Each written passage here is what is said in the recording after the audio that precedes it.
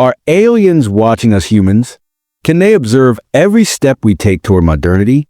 Could those we call God actually be highly intelligent alien beings capable of observing our every move, but choosing not to interact with us? Some scientists make such claims. According to the zoo hypothesis, these are indeed bold statements. But on what evidence are scientists basing these claims? The story begins in the year 1950, when, under the cover of darkness in New York City, dustbins began mysteriously disappearing one by one. People in different neighborhoods grew increasingly frustrated by these strange occurrences and reported them to the police. By the way, this is said to be a true incident. Around the same time, some people also reported seeing UFO-like objects in the night sky. These witnesses went to the media, sharing their experiences and describing how these sightings made them feel uneasy. Consequently, people began connecting these two incidents, and stories started circulating that aliens might be responsible for the disappearing dustbins. Yes, seriously. This narrative gained so much popularity that a satirical drawing was published in the New York Magazine, depicting aliens escaping Earth in the dead of night with dustbins in tow. Around the same time, in Los Alamos, America, a group of brilliant scientists was having lunch together, discussing various topics about the universe. Among them was one scientist whose curiosity was piqued by this peculiar tale. That scientist was none other than Enrico Fermi, the Nobel Prize-winning physicist and chief architect of the Manhattan Project, which developed the world's first nuclear bomb. Fermi asked a simple yet profound question that would puzzle top scientists for decades. If our universe is 13.8 billion years old and contains billions of stars and planets, then mathematically and logically, intelligent extraterrestrial life should be not just possible but common. So, he asked, where are they? Why haven't we seen any evidence of alien civilizations? This was, indeed, a brilliant question. Think about it. We tend to believe that life, and particularly human life, is special. But are the elements that make up life unique or rare in the universe? For instance, when we talk about life, we refer to DNA, a molecule that can replicate itself and sustain life on Earth. DNA is made up of 5 basic elements: carbon, oxygen, hydrogen, phosphorus, and nitrogen. But how rare are these elements in the universe? Here's the reality. These 5 elements are not rare at all. They are among the top 5 elements found in abundance in our solar system, in our Milky Way galaxy, and throughout the universe. In fact, the very building blocks of life, as we know it, are some of the most common materials in existence. Even our Earth, which we often consider special, isn't unique in this regard. The same common elements found throughout the universe are present here in nearly the same proportions. Now, you might say, but Earth is in the perfect position from the Sun, the Goldilocks zone, necessary for life to thrive. Isn't that special? Well, not really. Thanks to NASA's Kepler Space Telescope and other missions, we now know that at least 1 in 5 stars has a planet located in the Goldilocks zone, similar to Earth. This means there are countless planets where life could potentially exist. Now, consider this mind-blowing fact. Our universe is at least 13.8 billion years old. There are 40 billion stars in our galaxy alone, and 2 trillion galaxies in the observable universe. Among these are galaxies like our Milky Way. If we do some basic multiplication, 2 trillion multiplied by 40 billion equals 80 sextillion. That's the number 8 followed by 22 zeros. Now, let's also add the time dimension to this equation. The universe has existed for 13.8 billion years. So, my simple question to you is, how can so many stars exist for such a long time in a universe where the raw materials for life, like us, are so abundant? Are we really so special that we're the only intelligent beings? Think about this. Our Earth is just 4.5 billion years old. The first living cell formed from non-living material on Earth about 3.7 billion years ago in a process called abiogenesis. The first living being to transition from water to land appeared about 390 million years ago. Dinosaurs, which we consider ancient, emerged about 250 million years ago and went extinct 65 million years ago. Humans, on the other hand, have existed for only about 3 lakh years. We began farming just 10,000 to 12,000 years ago. The first computer and engine were invented only 200 years ago, and today, we are sending robots to Jupiter's moon Europa. These robots will penetrate its 15-kilometer thick ice layer to explore its deep sea in search of alien life. This remarkable mission was launched on October 8th. By the way, I've made a detailed video on this topic, which you can watch later. The point is, the advancement of intelligent life is exponential. It compounds over time. In the last 100 years, we've achieved progress that was unattainable in the previous 1,000 years. In the last 200 years, we've accomplished what couldn't be done in the past 5,000 years. Yet, life on Earth has existed for only 3.7 billion years. In comparison, the universe is 13.8 billion years old. Now, consider this fascinating paradox. If 1 in every 5 planets is in the Goldilocks zone, the ingredients for life are super common, and billions of trillions of planets and stars exist, what if life on a planet like Earth began just a little earlier than ours? Let's say it's not much older, just 300 million years. On Earth, in roughly 300 million years, the first creatures emerged from water and evolved into intelligent beings like us. Now think, how far have we come in just 200 years of technological advancement? Where will we be after 300 million years? Imagine where a civilization that is 300 million years more advanced than us might be. And what if there's a civilization that's 3 billion years ahead of us? We can't even fathom what such beings would be like. The difference between their intelligence and ours would be greater than the difference between a spider and a human. So, why do we see evidence of such advanced aliens in this vast universe? This is the heart of Enrico Fermi's famous question, the Fermi Paradox. One scientist understood the gravity of this question. It divided the scientific community into 2 main groups. Group 1 consisted of scientists who believed Fermi's thinking was valid. They argued that the lack of evidence for alien civilizations might be due to our limited efforts to search for them. They were determined to find proof of intelligent alien life, no matter what. Group 2 comprised scientists who accepted that we have not found evidence of intelligent aliens and believed we never would. To support their viewpoint, they sought explanations for why these aliens might deliberately avoid us or why we might never encounter them. So, now the question is, which group do you align with? Do you believe in actively searching for alien life? Or do you think we'll never find it? Share your thoughts in the comment section. Later in the video, you will discover what the future holds for your perspective. So, tell me in the comment section, which line of thought do you agree with, group number 1 or group number 2? Now, let us first explore the future of the scientists aligned with group number 1. What achievements did they accomplish? The scientists of group number 1 were not convinced by Fermi's statements.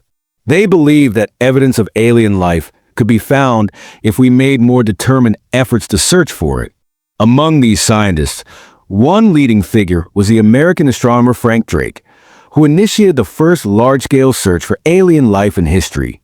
This took place in the 1960s at the Green Bank Telescope in the USA, the world's first radio astronomy telescope. Frank Drake used this telescope to listen for unusual radio waves from the universe, reasoning that if intelligent alien life wanted to communicate, their signals might reach us this way. But why were radio waves specifically chosen to search for alien communication? Radio waves can travel vast distances, spanning millions of years, without being disrupted by planetary atmospheres. In fact, we humans, as an intelligent species, have been broadcasting radio waves into space for over 100 years. These signals have already reached at least 1,000 stars, including Vega, Aldebaran, Barnard stars, Sirius, and Proxima Centauri. If intelligent alien life exists on planets near these stars, they might already be aware of our presence. That's why radio telescopes were the logical choice for this effort. However, since Frank Drake was working largely alone, progress was slow. It became clear that a collaborative effort involving more brilliant minds was needed to accelerate the search. To address this, Frank Drake spearheaded the Green Bank meeting, a gathering of the era's top scientists. This meeting included iconic names like Carl Sagan, Nobel laureate Melvin Calvin, and MIT physicist Philip Morrison, who had been part of the Manhattan Project. From this meeting, an initiative was born that became the backbone of alien search missions worldwide. It was called the Search for Extraterrestrial Intelligence, SETI. SETI marked the beginning of a serious, global scientific effort to search for intelligent alien life. Since then, numerous missions have been launched to find extraterrestrial intelligence. Some were led independently by SETI with funding from private investors, others in collaboration with organizations and radio telescopes, and some alongside NASA. One significant moment in SETI's history occurred in 1977 when a mysterious signal was detected. A signal unlike anything heard before. It was dubbed the WOW signal and remains one of the most intriguing signals in the search for alien life. Another notable initiative was Project Phoenix, which ran from 1995 to 2004. In this project, scientists targeted 800 nearby stars in an effort to establish radio communication with any potential alien civilizations. Unfortunately, no positive response was received.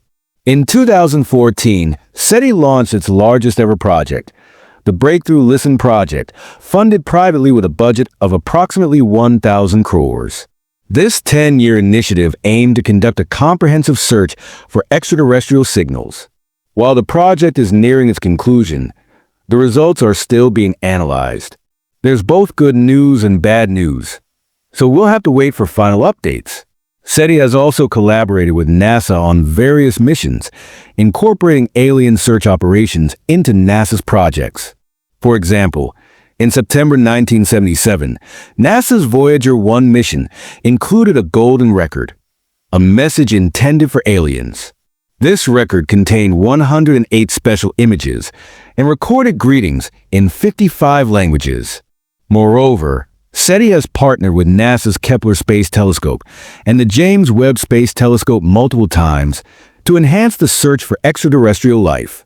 These collaborations aim to leverage the advanced capabilities of these telescopes to pursue the shared goal of uncovering intelligent alien life.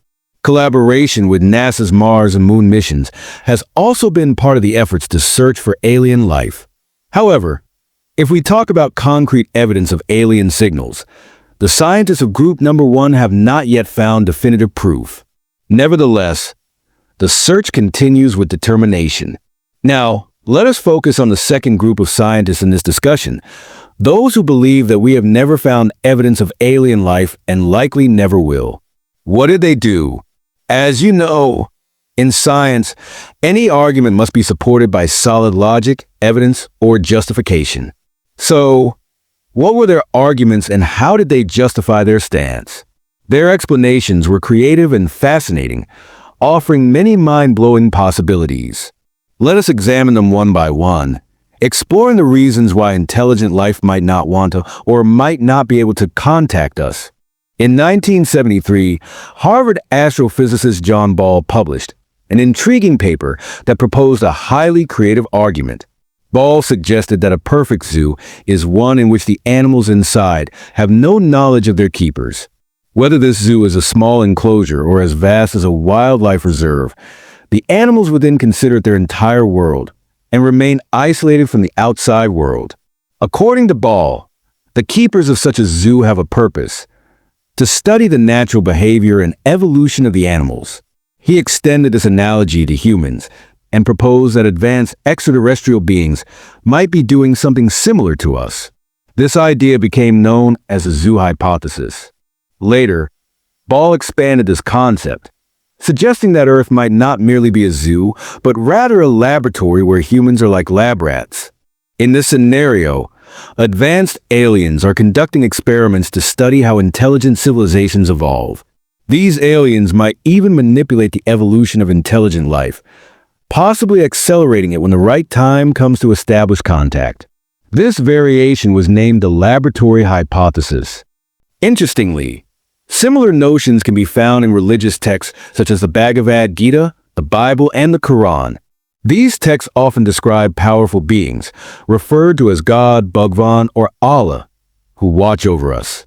They suggest that humans have been sent to Earth as part of a test and will ultimately be held accountable for their actions. Could these beings, described as divine in religious texts, actually be advanced extraterrestrials who monitor our world without direct interaction? The simulation hypothesis is another intriguing idea. It proposes that the universe and everything within it is a computer simulation, similar to the artificial worlds created in video games. According to this hypothesis, the simulation is being run by advanced beings on a hypercomputer, possibly for entertainment or experimental purposes. Both the zoo or laboratory hypothesis and the simulation hypothesis could align with the concept of a higher power or advanced alien beings. However, since there is no concrete evidence to support these ideas, they remain hypotheses rather than theories. In science, the word theory holds significant weight. A theory is almost equivalent to a fact because it is backed by substantial evidence and provides a logical framework capable of making predictions. Examples include the theory of evolution and the theory of relativity. In contrast, a hypothesis is a well-thought-out, educated idea that has yet to be substantiated with sufficient evidence. It serves as a foundation for further investigation. So, what evidence do we have to suggest that an advanced civilization might be monitoring us? If such a civilization exists and governs the universe, we might expect to observe signs of their advanced technology or structures. For instance, we might see evidence of megastructures like a Dyson sphere, Shkadov thrusters, or other technologically advanced constructs. We could also detect technosignatures, such as alien communications or signs of interstellar activity. Yet, to date, we have not observed any definitive evidence of such structures or signatures. This lack of evidence continues to fuel debates among scientists, keeping the mystery of alien life unresolved. Now, if a civilization is 100 million years more advanced than us and intends to keep itself hidden, then concealing its presence from creatures like us would be effortless for them. This brings us to the perspective of some scientists who argue that the life we are searching for in the universe might inherently have an expiry date. This means that from the moment life begins to its evolution into intelligent beings capable of creating advanced civilizations, there are countless filters that make it nearly impossible for most life forms to pass through them successfully. For instance, consider the dinosaurs. Their large size was undoubtedly an advantage for survival, yet this very trait became their downfall. When the asteroid struck Earth, it caused massive destruction, wiping out larger organisms first. The asteroid acted as a filter, eliminating oversized animals in one stroke. Now, think about humans.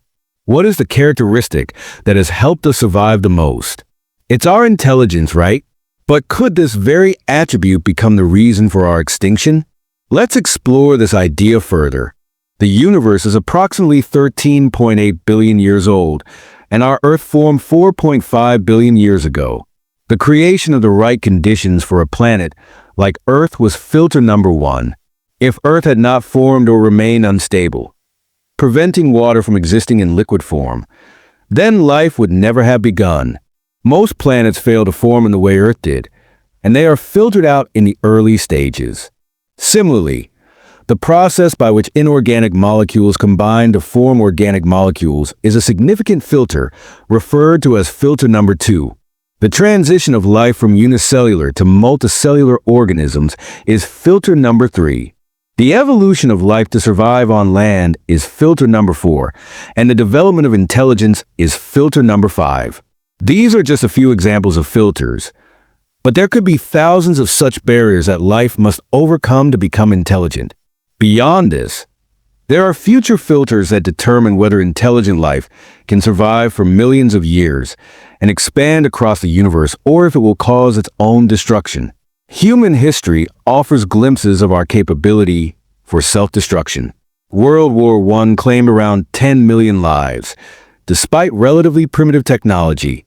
World War II with slightly more advanced technology, resulted in 6 to 8 times more casualties, 60 to 80 million lives, approximately 3% of the global population at the time. If World War III were to occur, would it not lead to an even more catastrophic loss of life? Given our advanced technology, today, we possess hydrogen bombs that are 2,000 to 3,000 times more powerful than the atomic bombs dropped on Hiroshima. We also have chemical and biological weapons capable of unleashing global pandemics. On top of this, emerging threats like artificial intelligence and quantum computing could potentially lead to a catastrophic factory reset of humanity. Is this the inherent flaw of intelligent life? Does its modernity ultimately lead to its own destruction? This discussion, so far, has only addressed direct human actions. But the nature that created us might also become the cause of our extinction. Modern advancements have led to Earth's temperature increasing by 0.11 degrees Fahrenheit every decade, causing the polar ice caps to melt. This has resulted in sinking islands and threats to cities like Jakarta, Bangkok, and Tokyo. Unpredictable weather patterns are becoming more common, leading to unseasonal rains, floods, and droughts. Could nature's wrath serve as the greatest filter for intelligent life? Beyond climate change, there are other natural threats. Earthquakes, tsunamis, volcanic eruptions, asteroid impacts, and gamma-ray bursts. Just one gamma-ray burst hitting Earth could reduce the planet to ashes. Are these some of the countless great filters that intelligent civilizations must face? And do most civilizations get filtered out and destroyed at one of these stages? If this is true, is there a great filter looming ahead of our civilization? Will it eventually put a full stop to humanity's desire to become an advanced, interstellar civilization? On that note, friends, which group of scientist thinking do you agree with? Do you align with group number 1 or group number 2? The truth is, either could be correct. So far, we have explored only 3 or 4 explanations of the Fermi Paradox. There could be thousands of such explanations, each supported by scientists with their own beliefs and convictions. These scientists are working with determination to uncover the truth. Eventually, one of these ideas might be proven correct, and the scientists behind it will achieve recognition. But here's the fascinating part. Should the credit for the discovery or invention go solely to the person whose idea turned out to be correct? Their idea was proven right only because the ideas of countless other scientists were proven wrong. It is upon the metaphorical pile of dead ideas that the victorious idea raises the flag of success. That's why, in science, being proven wrong or failing is just as important as being proven right. The only condition is that you remain genuinely curious and committed to uncovering the truth. Thank you for watching. Goodbye, and see you in the next episode.